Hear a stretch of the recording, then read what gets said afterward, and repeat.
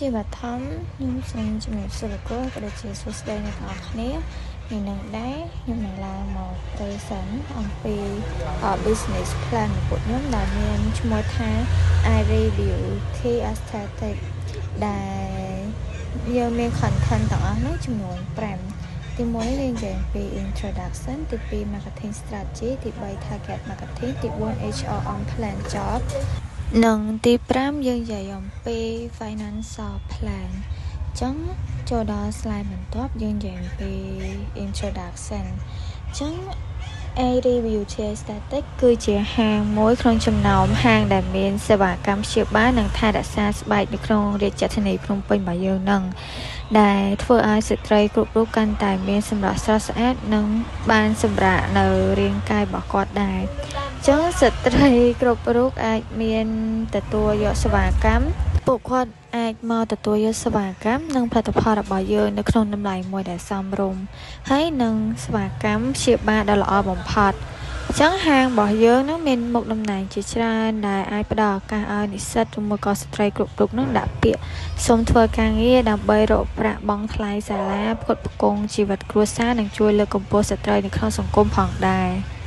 ចឹងហើយហាងរបស់យើងមិនមែនត្រឹមតែមានសេវាកម្មព្យាបាលយើងក៏មានលក់ជាផលិតផលនៅក្នុងពេលតែមួយដូចគ្នាចឹងចូលដល់ slide បន្ទាប់របស់យើងគឺយើងនិយាយអំពី mission vision ហើយនិង values ដែលចំណុចទី1ហ្នឹងយើងនិយាយអំពី mission ចឹង mission របស់យើងហ្នឹងគឺយើងផ្ដល់នៅសេវាកម្មសម្រាប់និងថែរក្សាស្បែកដែលមានគុណភាពខ្ពស់ដោយប្រើប្រាស់បច្ចេកវិទ្យាទំនើបនិងផលិតផលដែលមានសុវត្ថិភាពហើយប្រសិទ្ធភាពខ្ពស់ហើយក៏យើងសង្ឃឹមនឹងបដិញ្ញាយ៉ាងមុតមមថាបទពិសោធន៍របស់យើងហ្នឹងប្រកបដោយវិជ្ជាជីវៈនិងមធុរអារម្មណ៍ដែលជួយឲ្យអតិថិជនហ្នឹងមានអារម្មណ៍ថាជឿជាក់ស្រស់ស្រាយនិងស្រស់ស្អាតជារៀងរាល់ថ្ងៃចូលដល់ចំណុចបន្ទាប់មកយើងនិយាយអំពី vision ចក្ខុវិស័យអញ្ចឹងចក្ខុវិស័យរបស់យើងហ្នឹងគឺខ្លាចជាមជ្ឈមណ្ឌលសម្រាប់មួយនឹងថែរក្សាស្បែកឈានមុខគេនៅក្នុងប្រទេសកម្ពុជាដែលត្រូវបានទទួលស្គាល់ចំពោះវិជ្ជាជីវៈនិងស្តង់ដារអន្តរជាតិនិងសេវាកម្មដ៏ល្អឥតខ្ចោះហើយយើងមានគោលបំណងជំរុញឲ្យមនុស្សឲ្យមានប្រសពការថែទាំខ្លួននិងទំនុកចិត្តលើខ្លួនឯងចំណុចបន្ទាប់យើងនឹងនិយាយអំពី values គឺតម្លៃគឺតើតើនៅចំណុចនេះដែរយើងគឺចង់និយាយពីសុវត្ថិភាពនិងគុណភាពល្អជាងមុនសេវាកម្មប្រកបដោយវិជ្ជាជីវៈនិងបុគ្គលិកពោពេញទៅដោយការរស់រាយរាក់ទាក់ហើយយើងអនុវត្តនឹងបច្ចេកវិទ្យានោះគឺទំនើបមកពីប្រទេសជប៉ុនការពេញចិត្តរបស់អតិថិជននោះគឺជាចំណុចមួយនិងជាអត្ថប្រយោជន៍ចម្បងរបស់យើងហើយ point ចុងក្រោយនោះយើងនិយាយអំពីភាពស្មោះត្រង់និងនិរន្តរភាពនៅក្នុងការអនុវត្តគោលការណ៍នីមួយៗរបស់យើងនឹងអញ្ចឹងចំណុចរបស់ខ្ញុំមានតែប៉ុណ្្នឹងទេចំណុចបន្ទាប់ខ្ញុំនឹងឲ្យមិត្តភក្តិខ្ញុំជាអ្នក present បន្តជំរាបសួរលោកគ្រូខ្ញុំឈ្មោះរុំកំលែងខ្ញុំនឹងមកតចំណុចបន្ទាប់ពីមិត្តភក្តិរបស់ខ្ញុំចំណុចដំបូងខ្ញុំមិននិយាយហ្នឹងគឺ key success វាមានដែលនៅក្នុងនោះវាមាន8ចំណុចនៅក្នុងអាជីវកម្មព្យាបាលមុននឹងថែរក្សាស្បែកមុខកត្តាជោគជ័យសំខាន់មានច្រើនដែលកត្តាទី1នោះគឺការផលិតដែលមានប្រសិទ្ធភាពនិងសុវត្ថិភាពគឺជាគន្លងសំខាន់មួយផលិតផលត្រូវបានបញ្ជាក់តាមវិជ្ជាតេស្តដោយវិជ្ជបណ្ឌិតនិងមិនបង្កបញ្ហាស្បែកមួយទៀតនោះគឺភាពទុកចិត្តនិងកេរ្តិ៍ឈ្មោះម៉ាកយីហោគឺសំខាន់ណាស់ដោយអាចសម្រេចបានតាមរយៈការបង្ហាញគ្រឿងផ្សំយ៉ាងច្បាស់លាស់វិក្កយបត្រនិងមតិយោបល់វិជ្ជមានពីអតិថិជនការទំនាក់ទំនងទីផ្សារគួរតែមានគោលដៅច្បាស់ប្រើបណ្ដាញសង្គមនិងសារដែលលើកទឹកចិត្តអំពីការទុកចិត្តលើស្បែកខ្លួនឯងការអនុវត្តផលិតផលគឺជាគន្លងសំខាន់ណាស់អើយដូចជាយុទ្ធសាស្ត្រសំខាន់គួរតែសមរម្យប៉ុន្តែរក្សាគុណភាពខ្ពស់ជាជំរើសច្រើនជាលំដាប់ការថែរក្សាអតិថិជនតាមរយៈកម្មវិធីសមាជិកនិងការគាំទ្រអតិថិជនយ៉ាងរហ័សការគោរពច្បាប់និងសីលធម៌គឺសំខាន់សម្រាប់ គឺសំខាន់ដើម្បីកែលម្អភាពទុកចិត្តនិងធានាសុវត្ថិភាពរួមមានការអនុវត្តបែបចីរភាពនិងការបង្ហាញអំពីផលិតផលយ៉ាងត្រឹមត្រូវចុងក្រោយការអប់រំអតិថិជនអំពីរបៀបថែរក្សាស្បែករបៀបប្រើផលិតផលនិងព័ត៌មានវិទ្យាសាស្ត្រជាសំខាន់ក្នុងការកសាងទំនុកចិត្តនិងភាពសុខភាពរបស់អតិថិជនអាជីវកម្មដែលអនុវត្តកត្តាទាំងនេះបានយ៉ាងល្អនឹងអាចបង្កើនភាពជោគជ័យនិងទំនុកចិត្តការរីកចម្រើនបានយ៉ាងច្រើនក្នុងទីផ្សារថែរក្សាស្បែកមុខមួយទៀតនោះគឺ location ហ្នឹងគឺក៏វាមានសារៈសំខាន់ណាស់ដែរក្នុងអាជីវកម្មមួយហ្នឹងគឺទីតាំងអាជីវកម្មគឺមានសារៈសំខាន់ណាស់សម្រាប់ភាពជោគជ័យគួរតែស្ថិតនៅតំបន់មានមនុស្សចេញចូលច្រើនឬក្បែរតំបន់អាជីវកម្មនិងមជ្ឈមណ្ឌលសុខភាពដូចជា gym yoga study ឬ wellness center ការចូលដំណើរការងាយស្រួលនិងមានចំណតគ្រប់គ្រាន់ជួយអតិថិជនមកប្រើសេវាកម្មបានងាយបរិយាកាសស្ងប់ស្ងាត់ស្អាតនិងមានវិជ្ជាជីវៈជួយបង្កើនទំនុកចិត្តក៏ដូចជាគួរតែមានបន្ទប់ព្យាបាលបែងចែកតំបន់ទទួលភ្ញៀវនិងតំបន់លក់ផលិតផលឧទាហរណ៍ទីតាំងល្អៗរួមមានដូចជា Albert Wellness Hub និងមណ្ឌលសុខភាពក្នុងតំបន់ជនបទដែលផ្ដោតលើសុខភាពចុះដល់ចំណុចបន្ទាប់នឹងនិយាយអំពី SWOT analysis ដែល SWOT analysis ហ្នឹងវាមានពីរចំណុចធំនៅក្នុងហ្នឹងគឺ international និង external ហើយនៅក្នុង international ហ្នឹងវាមានពីរចំណុចទូចនៅក្នុងហ្នឹងទៀតគឺ strength and weakness ចំណុចខ្លាំងនិងចំណុចខ្សោយ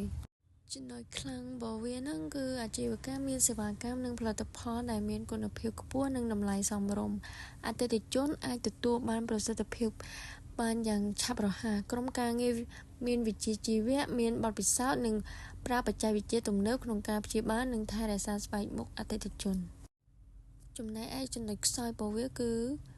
ទីផ្សារប្រកួតប្រជែងខ្លាំងនិងមានម៉ាកយីហោជាច្រើនមានផលិតផលคล้ายៗ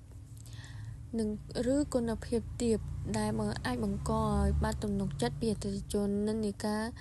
សម្ភារនិងបច្ចេកវិទ្យាផ្លាស់ប្ដូរឆាប់រហ័សដូច្នេះអាជីវកម្មត្រូវតែប្រុងប្រយ័ត្នការវិនិយោគសេដ្ឋកិច្ចនិងការត្រួតពិនិត្យច្បាប់សុខាភិបាលអាចមានឥទ្ធិពលលើការចំណាយរបស់អតិថិជនមតិអវិជ្ជមានលើអនឡាញនិងអ្នកប្រកួតប្រជែងផ្ដល់តម្លៃថោកជាងគឺជាឧបសគ្គសំខាន់ផងដែរ International SWOT ហ្នឹងគឺជួយយើងឲ្យយល់ច្បាស់ពីកម្លាំងនិងចំណុចខ្សោយក្នុងអាជីវកម្មដើម្បីប្រើកន្លងទាំងនេះបង្កើនភាពប្រកួតប្រជែងនិងការរីកចម្រើននៅក្នុងទីផ្សារចុះដល់ចំណុចមួយទៀតហ្នឹងគឺ external ហ្នឹងក៏វាមានពីរនៅក្នុងនឹងដែរគឺឱកាសនិងហានិភ័យសម្រាប់កត្តាខាងក្រៅ international factor អាជីវកម្មសម្ព័ន្ធនឹងថែរក្សាស្បែកនឹងវាមានពីរនឹងគឺឱកាសនិងហានិភ័យឱកាសនឹងរួមមានតម្រូវការកើនឡើងសម្រាប់សុខភាពនិងសម្ភារឱកាសសហការជាមួយវិជ្ជបណ្ឌិតស្ប៉ានិងហាងឱសថកំណើនចំណូលបឋមដែលអាចចំណាយលើសម្ភារអតិពលបណ្ដាញសង្គមក្នុងការបង្កើននិន្នាការនិងកំណើនអាជីវកម្មអនឡាញហានិភ័យនោះគឺរួមមានការប្រកួតប្រជែងខ្លាំងទីផ្សារបានពេញផលិតផលคล้ายៗគុណភាពទាបនិន្នាការនិងបច្ចេកវិទ្យាផ្លាស់ប្ដូរឆាប់ការកាត់បន្ថយការចំណាយក្នុងសេដ្ឋកិច្ចការត្រួតពិនិត្យច្បាប់និងអាជ្ញាប័ណ្ណតឹងនិងមានមតិអវិជ្ជមានលើអនឡាញការវិភាគ international SWOT នឹងជួយអាជីវកម្មយើងឲ្យដឹងពីឱកាសដែលអាចប្រើនិងហានិភ័យដែលត្រូវដោះស្រាយដើម្បីធានាការរីកចម្រើននិងភាពប្រកួតប្រជែងនៅក្នុងទីផ្សារចំណុចរបស់ខ្ញុំក៏បានបញ្ចប់ឲ្យមិត្តភ័ក្ដិខ្ញុំជាអ្នកបកស្រាយបន្ទាប់ ជំរាបសួរលោកគ្រូក៏ដូចជាសួស្តីមិត្តភ័ក្តិទាំងអស់គ្នា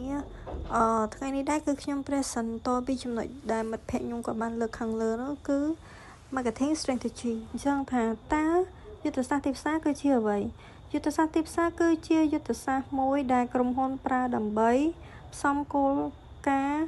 គឺផលិតផលតម្លៃទីកន្លែងនិងការផ្សព្វផ្សាយដើម្បីបំពេញតម្រូវការរបស់អតិថិជននិងសម្រេចបានគោលដៅអាជីវកម្មចូលមកដល់ចំណុចបន្ទាប់នេះគឺយើងនិយាយ type of for ដែលយើងនិយាយអំពី price product plus ហើយនិង promotion ជាដំបូងនេះគឺយើងនិយាយអំពីផលិតផលតើផលិតផលគឺជាអ្វីផលិតផលគឺជាអ្វីដែលផ្ដល់ជូនទីផ្សារដើម្បីបំពេញតម្រូវការឬការចង់បានតើបើសិនជាយើងចេញផលិតផលមួយយើងគួរតែ focus លើអីគេខ្លះដើម្បីបានចេញផលិតផលមួយហ្នឹងគឺយើង focus ទៅលើគុណភាពការរចនានិងលក្ខណៈពិសេសឈ្មោះផ្លាកយីហោការវេចខ្ចប់អត្ថប្រយោជន៍សម្រាប់អតិថិជនការធានាឬសេវាកម្មក្រោយពេលលក់បើសិនជាយើងអត់មានអាហ្នឹងទេនោះផលិតផលយើងក៏ចេញមកអត់បានល្អដែរហើយអតិថិជនក៏អត់ជឿទុកចិត្តលើផ្លាកយីហោរបស់យើងដែរចំណុចបន្ទាប់នោះគឺតម្លៃគឺជាចំនួនទឹកប្រាក់ដែលអតិថិជនចំណាយដើម្បីទទួលបានផលិតផលឬសេវាកម្មណាមួយនៅខាងក្រោមនេះគឺជាចំណុចសំខាន់របស់តម្លៃនេះគឺគេ focus ទៅលើតម្លៃនៅក្នុងបញ្ជីតម្លៃការបញ្ចូលតម្លៃនិងប្រាក់ឧបត្ថម្ភលក្ខខណ្ឌទូទាត់និងជម្រើសឥណទាននឹងជាដើមតម្លៃគឺសំខាន់ខ្លាំងណាស់នៅក្នុងការធ្វើអាជីវកម្មឧទាហរណ៍បើសិនជាយើងបង្កើតផលិតផលមួយហើយគឺយើងត្រូវតែដាក់តម្លៃមួយឲ្យសមរម្យជាមួយនឹងផលិតផលហ្នឹងយើងអាចដាក់តម្លៃខ្ពស់ពេកឬក៏ទាបពេកបានទេបើសិនជាយើងដាក់តម្លៃខ្ពស់ពេកឬក៏ទាបពេកហ្នឹងនោះនឹងធ្វើឲ្យផ្លាកយីហោរបស់យើងហ្នឹងគឺមានបញ្ហានៅថ្ងៃក្រោយចំណុចបន្ទាប់នោះគឺយើងនិយាយអំពីទីកន្លែងតើទីកន្លែងសំខាន់អត់បើសិនជានៅក្នុងអាជីវកម្មរបស់យើងអត់មានទីកន្លែងច្បាស់លាស់ហាតើវានឹងមានផលប៉ះពាល់អីដល់អាជីវកម្មរបស់យើងជាស្ដែងអ្នកនរគ្នា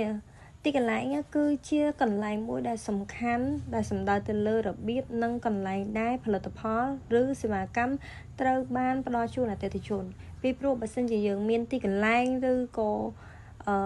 office ច្បាស់លាស់នោះអតិថិជននឹងជាវផលិតផលរបស់យើងទៅដោយការជឿទុកចិត្តដោយមិនភ័យខ្លាចក្នុងការបោកប្រាស់ចំណុចខាងក្រោមនេះគឺនិយាយអំពីចំណុចសំខាន់ដែលតាក់ទងទៅនឹងកន្លែងមានដូចជាបណ្ដាញចែកចាយអ្នកលក់ដុំអ្នកលក់រាយហាងទំនិញតាមប្រព័ន្ធអ៊ីនធឺណិតទីតាំងហាងជាក់ស្ដែងមានដូចជាហាងទំនើបឬក៏ឱសថដ្ឋានអីនឹងជាដើមផុសតាំងនឹងការដឹកជញ្ជូននិងសារពើភ័ណ្ឌនិងការផ្ទុកព្រោះបើថាអាជីវកម្មរបស់យើងមានចំណុចទាំងអស់នេះហើយគឺអតិថិជនមានការជឿពីយើងទៅដោយមិនភ័យខ្លាចក្នុងការបោកប្រាស់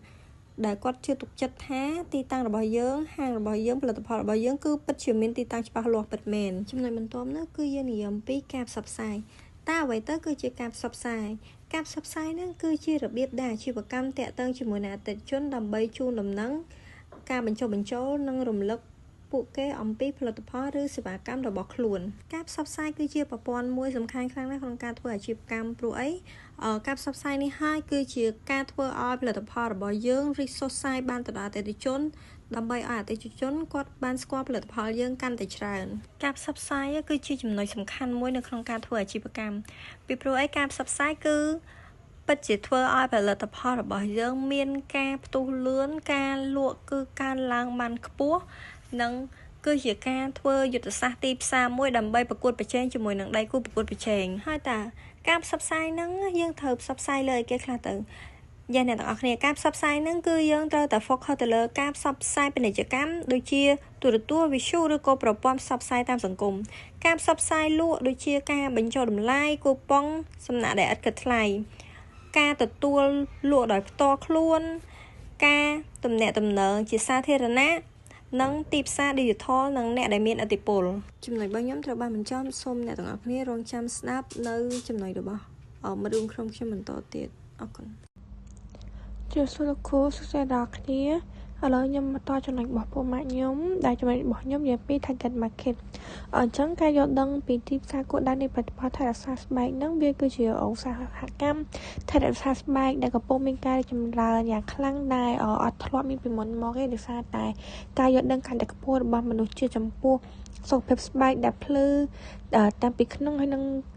ពីខាងក្រៅដែលស្របពេលដែលផលិតផលថែរក្សាស្បែកជាច្រើនហ្នឹងកំពុងចរាចរពេញទីផ្សារវាបានคล้ายទៅជាកិច្ចការដ៏សំខាន់បំផុតក្នុងការយល់ដឹងអំពី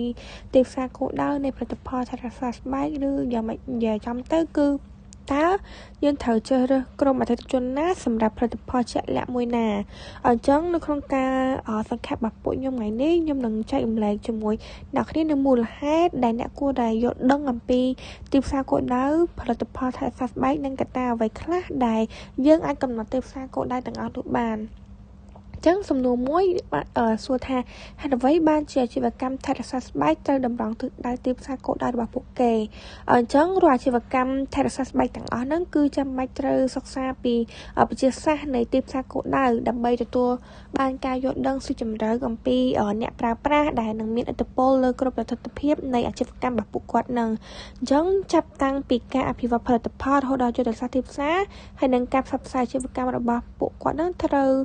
វិលជុំវិញអ្នកប្រើប្រាស់គោលដៅហើយនឹងជំរឿនរបស់ពួកគេផងដែរអញ្ចឹងដូច្នេះហើយការធ្វើអាជីវកម្មថែរក្សាស្បែកដោយមិនយល់ពីទីផ្សារគោលដៅគឺប្រៀបដូចជាការតាំងនៅក្នុងសមុទ្រដែលអត់មានផែនទីហើយនឹងគ្មានគោលដៅច្បាស់លាស់អញ្ចឹងការវិភាគទីផ្សារថែរក្សាស្បែកផ្ដល់ឲ្យអាជីវកម្មនៃការយល់ដឹងស៊ីជម្រៅអំពីប្រភេទផលិតផលដែលត្រូវដាក់លក់ទៅឲ្យអតិថិជនផ្សេងៗគ្នាហើយនឹងរបៀបដែលផលិតផលទាំងនោះត្រូវបានបង្កើតថ្មីឬក៏កែច្នៃដើម្បីឆ្លើយតបទៅនឹងតម្រូវការដែលកំពុងផ្លាស់ប្ដូររបស់អ្នកប្រើប្រាស់ទាំងអស់ហ្នឹងហើយណាមួយវាជួយឲ្យអ្នកដាក់ទីតាំងម៉ាកសញ្ញារបស់យើងនឹងទទួលបានជោគជ័យហើយបំពេញតាមការរំពឹងទុករបស់អតិថិជនព្រមទាំងបង្កើតចំណែកទីផ្សារជាក់លាក់មួយសម្រាប់អាជីវកម្មរបស់យើងនៅក្នុងទីផ្សារដែលមានការប្រកួតប្រជែងខ្លាំងដូចទៅហើយឥឡូវយើងចូលមកដឹងថាអំពីកត្តាដែលត្រូវពិចារណានៅពេលកំណត់ទីផ្សារគោលដៅថែរក្សាស្បែករបស់យើងនឹងអញ្ចឹងទីផ្សារថែរក្សាស្បែកវាមានវិសាលភាពធំធេងខ្លាំងមែនទែនឥឡូវហ្នឹងហើយវាអាចទាញយកផលប្រយោជន៍បានជាអតិបរមានោះទេលុះត្រាតែវាត្រូវបានបែងចែកទៅជាក្រុមឬក៏ផ្នែកផ្សេងៗគ្នាផ្អែកទៅលើជម្រើសផលិតផលហើយនឹងការទិញរបស់ពួកគេអញ្ចឹងខាងក្រោមហ្នឹងខ្ញុំនឹងលើកយកកត្តាសំខាន់មួយចំនួនដែលកំណត់ទីផ្សារគោលដៅថែរក្សាស្បែកចំពោះចំណុចទី1និយាយអំពីវិទ្យាសាស្ត្រឬក៏ demographic អញ្ចឹងសសរស្តម្ភនៃរចនាសម្ព័ន្ធអតិថិជនប្រជាសាស្ត្រហ្នឹងតាក់ទងទៅនឹងការសិក្សាអំពីក្រុមមនុស្សដែលនឹងប្រើប្រាស់ផលិតផលរបស់យើងប៉ុន្តែនៅក្នុងហ្នឹងវាប្រកបទៅយើងត្រូវតែផ្ដោតទៅលើអាយុភេទទីតាំងភូមិសាស្ត្រកំណត់អ្នកទិញការអប់រំហើយនិងប្រភពចំណូលរបស់អ្នកប្រើប្រាស់ផលិតផលយើងផងដែរអញ្ចឹងនិយាយពាក់ព័ន្ធជាមួយនឹងអាយុអញ្ចឹងយើងបែងចែកអតិថិជនទៅតាមអាយុដើម្បីជួយក្នុងការផ្ដល់ជូនផលិតផលតាមការរំពឹងទុករបស់ពួកគេដូចជាលេខការពារកម្ដៅថ្ងៃនិងហ្វូមលាងមុខសម្រាប់យុវវ័យឬក៏គ្រីមនិងសេរ៉ូមបំពន់ស្បែកមុខឲ្យក្មេងជាងវ័យសម្រាប់មនុស្សពេញវ័យជាដើមមកចំពោះភេទការបែងចែកតាមភេទជួយក្នុងការកំណត់គោលដៅផលិតផលជាក់លាក់សម្រាប់បុរសហើយនិងស្ត្រីផងដែរចំពោះស្ថានភាពសេដ្ឋកិច្ចអញ្ចឹងយើងវាតម្លៃស្ថានភាពសេដ្ឋកិច្ចជួយឲ្យស្គាល់ពីវណ្ណៈខ្ពស់មធ្យមហើយនិងទាបដើម្បីវិភាគកម្លាំងទំនិញរបស់ពួកយើងនឹងដែលដើរតួនាទីយ៉ាងសំខាន់ក្នុងការកំណត់តម្លៃផលិតផលចឹងចំពោះចំណុចទី2និយាយអំពីភាពចម្រុះនៃប្រភេទស្បែកអញ្ចឹងការទទួលស្គាល់យកភាពស្រស់ស្អាតនៃភាពខុសៗគ្នាទាំងអស់ហ្នឹងអញ្ចឹងមុននឹងយើងលក់ផលិតផលថែរក្សាស្បែកយើងត្រូវដឹងថាយើងកំពុងលក់ឲ្យអ្នកណាអញ្ចឹងបើសិនបើយើងមានបំណងលក់ផលិតផលឲ្យមនុស្សគ្រប់គ្នានោះការពិតដែលយើងត្រូវទទួលស្គាល់ហ្នឹងយើងប្រហែលជាមិនអាចលក់ឲ្យនរណាម្នាក់បានឡើយដោយសារតែមនុស្សម្នាក់សុទ្ធតែមានប្រភេទស្បែកនិងតម្រូវការស្បែកខុសៗគ្នាអញ្ចឹងជំនួសឲ្យការវាយជារួមចំពោះអតិថិជនហើយនឹងការផ្ដល់ផលិតផលតែមួយបែបសម្រាប់មនុស្សគ្រប់គ្នាហ្នឹងវាគឺជារឿងល្អដែលយើងអាចបែងចែកពួកគេទៅតាមប្រភេទស្បែកហើយនឹងទទួលស្គាល់ពីចម្រុះនៃពណ៌សម្បុរស្បែករបស់ពួកគេផងដែរអញ្ចឹងយើងត្រូវធ្វើឲ្យអតិថិជនរបស់យើងនឹងមានអារម្មណ៍ថាពួកគេពិសេសនិងមានលក្ខណៈប្លែកពីគេជាមួយនឹងស្បែកធម្មជាតិរបស់ពួកគេហើយយើងអាចធានាថាពួកគេមានផលិតផលសម្រាប់ពួកគេម្នាក់ៗនឹងអាស្រ័យទៅលើស្បែកប្រភេទរៀងៗខ្លួនដូចជាបង្កើតផលិតផលថែរក្សាស្បែកផ្សេងៗដើម្បីតម្រូវតាមប្រភេទស្បែកដូចជាស្បែកខ្លាញ់ស្បែកស្ងួតស្បែកធម្មតាហើយនិងស្បែកចម្រុះជាដើមអញ្ចឹងតាមរបៀបនេះយើងមិនត្រឹមតែឈ្នះនៅទំនុកចិត្តពីអតិថិជនរបស់យើងតែប៉ុណ្ណោះទេប៉ុន្តែវាថែមទាំងឲ្យពួកគេនឹងមានអារម្មណ៍ផ្សារភ្ជាប់ជាមួយផលិតផលរបស់យើងដែលជឿជាក់ថាយើងយល់ពីតម្រូវការស្បែករបស់ពួកគេច្បាស់ដូចជាពួកគេយល់ពីខ្លួនឯងផងដែរអញ្ចឹងចំពោះចំណុចមួយទៀតនិយាយអំពី target competitor ចំពោះយើងការវិភាគទៅលើដែលគួរប្រជែងក្នុងទីផ្សារថែរក្សាស្បែកឬក៏ skin care competitor analysis ហ្នឹង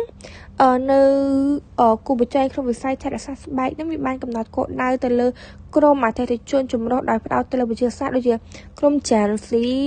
ឬក៏ Millennial សម្រាប់និរន្តរភាពមនុស្សពេញវ័យដែលមានជីវភាពទូធាសម្រាប់ផលិតផលប្រចាំភាពចាស់ហើយនិងបរិយាសម្រាប់ផលិតផលថែរក្សាសម្ផស្សនិងចិត្តសាស្ត្រផងដែរអញ្ចឹងគូប្រកួតប្រជែងបង្កើតភាពខុសគ្នាប្លែកគ្នាតាមរយៈការប្រើប្រាស់គ្រឿងផ្សំឈាមមុខគេដូចជាតើយើងគួរតែប្រើចម្រុងផលិតផលប្លែកឧទាហរណ៍ដូចជាបណ្ដាញចែកចាយហើយនឹងដូចជាការផ្ដោតទៅលើបរិស្ថានតម្លៃសមរម្យដែលជារឿយៗពួកគេតែងតែយកតម្រាប់តាមឬក៏ប្រើជាជំនួសឲ្យម៉ាកល្បីៗដូចជា La Roche-Posay ជាដើមអញ្ចឹងផ្នែកគោលដៅសំខាន់ឬក៏ key target segment អតិថិជនដែលគិតគូរពីយើងត្រូវតែដឹងថាអតិថិជនហ្នឹងគឺជាអតិថិជនបែបម៉េចអញ្ចឹងអតិថិជនដែលគិតគូរពីបរិស្ថានឬក៏ eco-conscious consumer ក្រុម millennial វ័យក្មេងនិង Gen Z ដែលឲ្យតម្លៃទៅលើនិរន្តរភាពគ្រឿងផ្សំដែលគ្មានជាតិគីមីបង្កការគ្រោះថ្នាក់ហើយនិងសីលធម៌នៃអាជីវកម្មជាដើមមួយទៀតចំពោះអ្នកនិយមផលិតផលប្រណិតលើ luxury sticker ហ្នឹងវាថាអតិថិជនដែលគាត់មានជីវភាពទូធាដែលគាត់ចង់បានផលិតផលលំដាប់ខ្ពស់ប្រឆាំងភាពចាស់ហើយនឹងផ្ដល់លទ្ធផលមានប្រសិទ្ធភាពខ្ពស់មួយទៀតការថែរក្សាសម្ផស្សសម្រាប់បុរសឬក៏ men's grooming ហ្នឹងបុរសពួកគាត់ក៏ត្រូវការស្វែងរកដំណោះស្រាយសម័យនិងមានប្រសិទ្ធភាពសម្រាប់បញ្ហាស្បែកខ្លាញ់របស់ពួកគាត់ដូចជាការរលាកដោយសារការអកការពុកមាត់ឬក៏រមាស់ជាដើមមួយទៀតពាក់ព័ន្ធជាមួយនឹងបញ្ហាស្បែកជាក់លាក់ឬក៏ specific skin concern អ្នកទិញនឹងក៏មានបញ្ហាគាត់មានបញ្ហាមុនតអកឬក៏បញ្ហាខ្មៅនៅលើស្បែកដែលត្រូវការថែទាំចំគោលដៅនិងផលិតផលកម្រិតវិទ្យាសាស្ត្រជាដើមមួយទៀតអ្នកដំណើរ traveler មានន័យថាអតិថិជននឹងគាត់ត្រូវការផលិតផលថែរក្សាស្បែកដែលមានទំហំតូចងាយស្រួលដាក់តាមខ្លួនហើយនឹងស័ក្តិសមជាមួយនឹងអាកាសធាតុនៅជុំវិញខ្លួនគាត់ជាដើមមួយទៀតនឹងយ៉ាងពីរអ្នកបណ្ដាញសង្គមsocial media follower ឬក៏ influencer អញ្ចឹងណាក្រុមអតិថិជនវ័យក្មេងដែលគាត់រកឥទ្ធិពលពី TikTok ហើយនឹងការណែនាំរបស់អ្នកមានប្រជាប្រិយភាពឬក៏ influencer ដើម្បីរកផលិតផលថ្មីជាដើមចំពោះចូលដល់ចំណុចយុទ្ធសាស្ត្រប្រកួតប្រជែងហើយនឹងចំណុចផ្ដោតសំខាន់អញ្ចឹងយើងត្រូវប្រាសំខាន់ទៅលើគ្រឿងផ្សំដែលយើងត្រូវលើកយកធាតុសកម្មចាក់ដាក់ដូចជា retinol hyaluronic acid ឬរ៉ូប្រម៉ុន clean beauty ដែលគ្មានជាតិពុលជាដើមហើយពួកគាត់ដើម្បីភាពងាយស្រួលគាត់អាចប្រើប្រាស់ជា mask ស្លុក mask បអីជាដើមណាហើយតម្លៃ snow ឬក៏ value alignment ហ្នឹងគឺគាត់សង្កត់ធ្ងន់ទៅលើភាពនិរន្តរភាពការធ្វើបានផ្សាត់ដូចជាអត់អាចយកលំហពេលមួយពិសិដ្ឋមកធ្វើជា skin care ឬក៏ការស្វែងរកប្រភពគ្រឿងផ្សំដោយមានសីលធម៌ដើម្បីទាក់ទាញអ្នកទិញដែលផ្ដោតទៅលើគុណភាពផងដែរហើយរបៀបដែលគូប្រកួតប្រជែងកំណត់គោលដៅហ្នឹងគឺភាពជាក់លាក់នៃបណ្ដាញសង្គមយើងប្រើប្រាស់ TikTok សម្រាប់នានាការដែលរីករាលដាលខ្លាំងដើម្បីឲ្យ viral ឬ Instagram សម្រាប់រូបភាពតាក់ទាញនិង Facebook សម្រាប់ការផ្សព្វផ្សាយចំក្រុមគោលដៅមួយទៀតទីផ្សារតាមរយៈ influencer សហការជាមួយអ្នកជំនាញសម្រស់ដើម្បីឲ្យអតិថិជនស្គាល់ផលិតផលតាមបែបធម្មជាតិនិងគួរឲ្យទុកចិត្តហើយមួយទៀតពាក់ព័ន្ធជាមួយនឹងទីផ្សារតាមរយៈមាតិកា content marketing បង្កើតទំនុកចិត្តតាមរយៈការអប់រំជាដើមហើយចំណុចចុងក្រោយគឺការដាក់លក់នៅតាមហាងអញ្ចឹងគាត់ត្រូវមានការប្រកួតប្រជែងនៅតាមកន្លែងដាក់តាំងឲ្យក្នុងអសរឋានហាងការសម្ភារឬក៏ការគ្រប់គ្រងលើទីផ្សារអនឡាញជាដើមឬក៏ក្នុង e-commerce ហ្នឹងអញ្ចឹងចំណុចរបស់ខ្ញុំមានតែប៉ុណ្្នឹងទេហើយចំពោះចំណុចបន្ទាប់ខ្ញុំម្នាក់ទៀតគាត់អ្នកបកស្រាយបន្តជំរាបសួរលោកគ្រូនិងសួស្តីអ្នកទាំងអស់គ្នាខ្ញុំឈ្មោះជាងកនិកាមកបកស្រាយចំណុចបន្តពីមិត្តភ័ក្តិរបស់ខ្ញុំចំណុចរបស់ខ្ញុំនិយាយពី HRM plan និង job analysis ដែលនៅក្នុង HRM plan ហ្នឹងមាន organizational structure ដែលនៅក្នុងនោះមាន owner ឬក៏ CEO marketing manager sales manager និង sales team ចឹងខ្ញុំនឹងបកស្រាយមួយចំណុចឲ្យអ្នកទាំងគ្នាបានយល់ owner ឬក៏ CEO នោះមានន័យថាម្ចាស់ឬក៏នាយកប្រតិបត្តិការគឺជាអ្នកដឹកនាំកម្ពុជារបស់អង្គការមានតួនាទីទទួលខុសត្រូវក្នុងកំណត់ចក្ខុវិស័យបេសកកម្មនិង ការកំណត់គោលដៅរយៈពេលវែងរបស់ក្រុមហ៊ុនដែលម្ចាស់ឬក៏នាយកប្រតិបត្តិការនឹងធ្វើការសម្រេចចិត្តលើអាជីវកម្មសំខាន់ៗត្រួតពិនិត្យប្រតិបត្តិការទាំងមូលនិងធានាថាអាជីវកម្មកំពុងរីកចម្រើននិងមានប្រាក់ចំណេញសម្រាប់ Marketing Manager នោះមានន័យថាអ្នកគ្រប់គ្រងទីផ្សារគឺការបង្កើតនិងគ្រប់គ្រងយុទ្ធសាស្ត្រទីផ្សារដើម្បីផ្សព្វផ្សាយផលិតផលឬក៏សេវាកម្មរបស់ក្រុមហ៊ុនតួនាទីនេះគ្រប់គ្រងការកសាងម៉ាកយីហោឬក៏ការផ្សព្វផ្សាយនឹងមានការស្រាវជ្រាវលើទីផ្សារច្បាស់លាស់អ្នកគ្រប់គ្រងទីផ្សារធ្វើការយ៉ាងស្និទ្ធស្នាលជាមួយអ្នកគ្រប់គ្រងផ្នែកលក់ដើម្បីធានាថាយុទ្ធនាការទីផ្សារគ្រប់គ្រងដល់ការលក់សម្រាប់ចាមានថាអ្នកគ្រប់គ្រងផ្នែកលក់ទទួលខុសត្រូវក្នុងការរៀបចំផែនការនិងអនុវត្តយុទ្ធសាស្ត្រលក់ដើម្បីសម្រេចបាននូវគោលដៅលក់ទូនីតិនេះដឹកនាំនិងត្រួតពិនិត្យក្រុមហ៊ុនលក់ការតាមដានការអនុវត្តការលក់ការកសាងទំនាក់ទំនងអតិថិជននិងសម្របសម្រួលជាមួយអ្នកគ្រប់គ្រងផ្នែកទីផ្សារដើម្បីបំលែងខិតខំប្រឹងប្រែងផ្នែកទីផ្សារទៅជាការលក់និងសាលធីមានន័យថាក្រុមលក់ធ្វើអន្តរកម្មដោយផ្ទាល់ជាមួយអតិថិជនដើម្បីលក់ផលិតផលឬសេវាកម្មពួកគេត្រូវផ្ដល់ព័ត៌មានផលិតផលដើម្បីដោះស្រាយការសួររបស់អតិថិជនបិទការលក់និងការរក្សាពេញចិត្តរបស់អតិថិជនក្រុមលក់ដើរតួនាទីយ៉ាងសំខាន់ក្នុងការសម្រេចចិត្តបាននូវគោលដៅលក់ប្រចាំថ្ងៃនិងប្រចាំខែចឹងនៅក្នុង HR plan ហ្នឹងយើងមាន job description មាន5ចំណុចធំៗនិងខ្ញុំបកស្រាយតាមចំណុចមួយ plan and execution strategies មានន័យថារៀបចំផែនការនិងការអនុវត្តយុទ្ធសាស្ត្រលក់មានន័យថាការកំណត់គោលដៅលក់ការបង្កើតវិធីសាស្ត្រដ៏មានប្រសិទ្ធភាពក្នុងការលក់ផលិតផលឬសេវាកម្មនិងការអនុវត្តផែនការទាំងនោះដើម្បីសម្រេចបាននូវគោលដៅលក់បង្កើនប្រាក់ចំណូលនិងការគាំទ្រដល់ការរីកចម្រើនអាជីវកម្មពេលដែលបំពេញតម្រូវការរបស់អតិថិជន Sales Target and Manager Team នឹងមានន័យថាការកំណត់គោលដៅលក់និងការគ្រប់គ្រងក្រុមការសម្រេចចិត្តគោលដៅច្បាស់លាស់សម្រាប់ក្រុមលក់និងត្រួតពិនិត្យសកម្មភាពប្រចាំថ្ងៃរបស់ពួកគេអ្នកគ្រប់គ្រងលើកទឹកចិត្តណែនាំនិងគាំទ្រក្រុមដើម្បីធានាថាគោលដៅត្រូវបានសម្រេចប្រកបដោយប្រសិទ្ធភាព Be Customer Relationship នឹងមានន័យថាការកសាងទំនាក់ទំនងអតិថិជននេះពាក់ព័ន្ធទៅនឹងការបង្កើតនិងការរក្សាទំនាក់ទំនងរឹងមាំនិងយូរអង្វែងជាមួយអតិថិជនដោយការយល់ដឹងពីតម្រូវការរបស់ពួកគេការផ្ដល់សេវាកម្មល្អនិងធានាការពេញចិត្តនិងភាពស្មោះត្រង់របស់អតិថិជន Coordinate with Marketing នឹងមានន័យថាការសម្របសម្រួលផ្នែកទីផ្សារមានន័យថាការធ្វើយ៉ាងណាស្និទ្ធស្នាលជាមួយក្រុមទីផ្សារដើម្បីតម្រឹមកិច្ចខិតខំប្រឹងប្រែងលក់ជាមួយនឹងយុទ្ធនាការទីផ្សារការផ្សព្វផ្សាយនិងសកម្មភាពផ្សព្វផ្សាយពាណិជ្ជកម្មដើម្បីបង្កើនលទ្ធផលលក់ឲ្យបានអតិបរមានិងចំណុចចុងក្រោយ Analyzer Performance មានន័យថាវិភាគការអនុវត្តការលក់នេះពាក់ព័ន្ធទៅនឹងការត្រួតពិនិត្យឡើងវិញនៅទិន្នន័យលក់និងរបាយការណ៍ដើម្បីវិតម្លៃថាតើយុទ្ធសាស្ត្រលក់និងក្រុមកំពុងអនុវត្តបានល្អប៉ុណ្ណាការកំណត់ផ្នែកសម្រាប់ការកែលម្អនិងការធ្វើការសម្រេចចិត្តដោយមានព័ត៌មានដើម្បីបង្កើនការលក់ថែមចឹងយើងមកទៅ slide បន្តទៀតនិយាយពី job specification and sales manager quality specification and skill ក្នុងនោះយើងមាន5ចំណុចធំចំណុចទី1និយាយពី bachelor degree business and marketing មានន័យថាអ្នកគ្រប់គ្រងផ្នែកលក់គួរតែមានការអប់រំជាផ្លូវការក្នុងអាជីវកម្មឬទីផ្សារដើម្បីយល់អំពីគោលការណ៍លក់ឥរិយាបថទីផ្សារនិងការអនុវត្តការគ្រប់គ្រង 3 to 5 years sales experience beauty skincare prefer មានន័យថាបទពិសោធន៍យ៉ាងតិច3ទៅ5ឆ្នាំបេក្ខជនគួរតែមានបទពិសោធន៍ជាក់ស្ដែងជាច្រើនឆ្នាំក្នុងការលក់បទពិសោធន៍ក្នុងការឧស្សាហកម្មខាងសម្រាប់និងការថែរក្សាស្បែកគឺជាការពេញចិត្តពីព្រោះវាជួយដល់អ្នកគ្រប់គ្រងឲ្យយល់ពីតម្រូវការរបស់អតិថិជនផលិតផលនិងនិន្នាការទីផ្សារបានកាន់តែប្រសើរ Strong communication and leadership skill មានន័យថាអ្នកគ្រប់គ្រងត្រូវតែមានទំនាក់ទំនងបានយ៉ាងល្អច្បាស់លាស់ជាមួយអតិថិជនក្រុមលក់និងការគ្រប់គ្រងជំនាញជាភាពអ្នកដឹកនាំគឺជាការណែនាំការលើកទឹកចិត្តនិងការគ្រប់គ្រងផ្នែកលក់ប្រកបដោយប្រសិទ្ធភាពនឹងចំណុចចុងក្រោយនិយាយពី problem solving and adaptable មានន័យថាការដោះស្រាយបញ្ហានិងការអាចសម្របខ្លួនបានអ្នកគ្រប់គ្រងផ្នែកលក់គួរតែអាចដោះស្រាយបញ្ហាប្រឈមការស្វែងរកដំណោះស្រាយបានយ៉ាងល្អ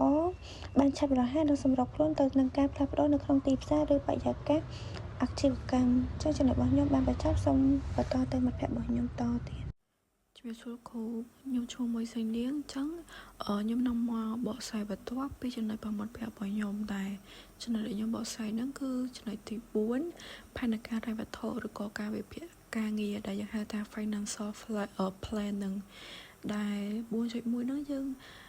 នៅរៀបរាប់អំពីការ start ឬក៏ការចាប់ផ្ដើម business មួយហ្នឹងដែលយើងមានដូចជា ធាតុជួសជុលឬក៏ការតុបតែងនៅគ្រឿងខាងក្នុងនោះយើងចំណាយអស់1200 ម៉ាស៊ីនឬក៏ឧបករណ៍ផ្សេងចំណាយអស់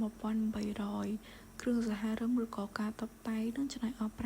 5000 ចំពោះអវ៉ាន់ដែលយើងស្តុកទុកនឹងចំណាយអស់6000 អាជ្ញាប័ណ្ណនិងថ្លៃបង់ពន្ធច្បាប់ផ្សេងចំណាយអស់$2000 ហើយនឹងការផ្សព្វផ្សាយឬក៏ brand របស់យើងនឹងចំណាយអស់3000 ចំពោះការ training ឬក៏ការស្លៀកពាក់កៅអៅឯកសណ្ឋានរបស់បុគ្គលិកចំណាយអស់$2000 និងមូលធនបម្រុងចំណាយអស់$2000 សរុបមកវិញទៅក្នុងការ start ដំបូងរបស់យើងនឹងយើងអាចចំណាយប្រមាណជាង$5000 ហ្នឹងគឺចំណុច 4.2 ការព្យាករណ៍ប្រាក់ចំណូលនៅក្នុងឆ្នាំទី1នឹងប្រាក់ចំណូលពីសេវាកម្មដែលសេវាកម្មព្យាបាលមុខអតិថិជនធ្វើ80ដងក្នុងមួយខែតម្លៃ$15ក្នុងមួយប្រាក់ចំណូលក្នុងមួយខែនឹងជាចំណុច1200ចំពោះប្រាក់ចំណូលប្រចាំឆ្នាំ14400ចំពោះការស្ប៉ាស្បែកអតិថិជនធ្វើ40ដងក្នុងមួយខែតម្លៃ$40ចំណូលប្រចាំខែ1600ចំណូលប្រចាំឆ្នាំ14200ចំពោះការធ្វើសរសៃឬក៏ការស្ប៉ារូបរាងកាយ body មួយខែ20ដងតម្លៃ$80ប្រាក់ចំណេញប្រចាំខែ1600ប្រចាំឆ្នាំ14200ចំពោះការចាក់សារធាតុឬក៏ធ្វើជា treatment នៅលើស្បែកមុខមួយខែធ្វើ15ដងតម្លៃ$100ក្នុងមួយខែប្រាក់ចំណូលយើងទទួលបាន1500ក្នុងមួយឆ្នាំទទួលបាន18000ចំពោះការដករោមឬក៏ការធ្វើឲ្យស្បែកសហ្នឹងមួយខែធ្វើ50ដងតម្លៃ$20ប្រាក់ចំណូលប្រចាំខែរបស់យើង1000ប្រចាំឆ្នាំ12000សរុបមកវិញចំពោះសេវាកម្មដែលយើងធ្វើប្រាក់ចំណូលប្រចាំខែទាំងអស់គឺ$6000ចំពោះប្រាក់ចំណូលប្រចាំឆ្នាំ$82800កញ្ចប់ថែរក្សាឬក៏ព្យាបាល450ប្រចាំឆ្នាំ5400ផលិតផលឬក៏គ្រឿងសម្អាតព្យាបាលមុខក្នុងមួយខែ300ក្នុងមួយឆ្នាំ3600ឬក៏ voucher ផ្សេងមួយខែ300មួយឆ្នាំ3600សរុបមកវិញក្នុងមួយខែ1950ក្នុងមួយឆ្នាំ23400ចំណូលសរុបប្រចាំឆ្នាំហ្នឹង$1200ចុចដល់ចំណុចបន្ទាប់ទៀតហ្នឹងគឺចំណុច 4.3 ចំណាយប្រតិបត្តិការប្រចាំខែចំណាយចំណាយដែលយើងចំណាយទៅលើជួលទីតាំងមួយខែ2000មួយឆ្នាំ24000ចំពោះប្រាក់ខែបុគ្គលិកមួយខែ3500មួយឆ្នាំ42000ចំពោះថ្លៃតុថ្លៃភ្លើងមួយខែ500ក្នុងមួយឆ្នាំហ្នឹង6000សម្ភារៈនិងផលិតផលប្រើប្រាស់មួយខែ1200មួយឆ្នាំ14400ការផ្សព្វផ្សាយឬក៏ការធ្វើជា marketing មួយខែ600មួយឆ្នាំ7200ចំពោះការ clean ឬក៏អនាម័យហ្នឹងមួយខែ300មួយឆ្នាំ3006ចំណាយផ្សេងមួយខែ200មួយឆ្នាំ2400សរុបមកវិញក្នុងមួយខែយើងចំណាយអស់8300មួយឆ្នាំ49600ចុចដល់ចំណុចបន្តទៀតហ្នឹងគឺចំណុច 4.3 របាយការណ៍ចំណាយនិងខាតដែលយើងហៅថា profit ឬក៏ loss statement ក្នុងមួយឆ្នាំចំពោះប្រាក់ចំណូលសរុប16200ចំណាយប្រតិបត្តិការសរុប44600ប្រាក់ចំណូលសុទ្ធក្នុងមួយឆ្នាំបាន6600អត្រាចំណេញ 6.20 ឬក៏ 6.2% ពីហ្នឹងគឺចំណុច 4.4 របាយការណ៍ហិរញ្ញវត្ថុឬក៏លំហូរសាច់ប្រាក់ដែលយើងហៅថា finance statement ឬក៏ cash flow ចំពោះ area UTX ហ្នឹងក្នុងមួយឆ្នាំយើងអាចស្ដាយក្នុងឆ្នាំ2026ទៅដល់ឆ្នាំ2027របាយការណ៍ប្រាក់ចំណូល income statement ដូចជាប្រាក់ចំណូលសរុប16200 ចំណាយប្រតិបត្តិការសរុប 99600 ប្រាក់ចំណាយសុទ្ធ 6600 ជាមួយbalance sheet ទ្រព្យឬក៏បំណុលទ្រព្យសកម្មសុទ្ធ 48100 បំណុលសរុប 15000 មូលធនរបស់ម្ចាស់ 33100 របាយការណ៍លំហូរសាច់ប្រាក់ cash flow statement ហ្នឹងចំពោះលំហូរសាច់ប្រាក់ប្រតិបត្តិការ6600 លំហូរសាច់ប្រាក់ឬក៏ការវិនិយោគ 33000 លំហូរសាច់ប្រាក់ពីហេតុសម្បទានហ្នឹង 5000 សមតុល្យសាច់ប្រាក់ចុងក្រោយហ្នឹង 21600 ចូលដល់ចំណុច present របស់ខ្ញុំក៏ត្រូវបានបញ្ចប់អរគុណច្រើនអ្នកទាំងអស់គ្នាដែលបានចូលរួមស្ដាប់របស់ក្រុមពួកខ្ញុំអរគុណច្រើន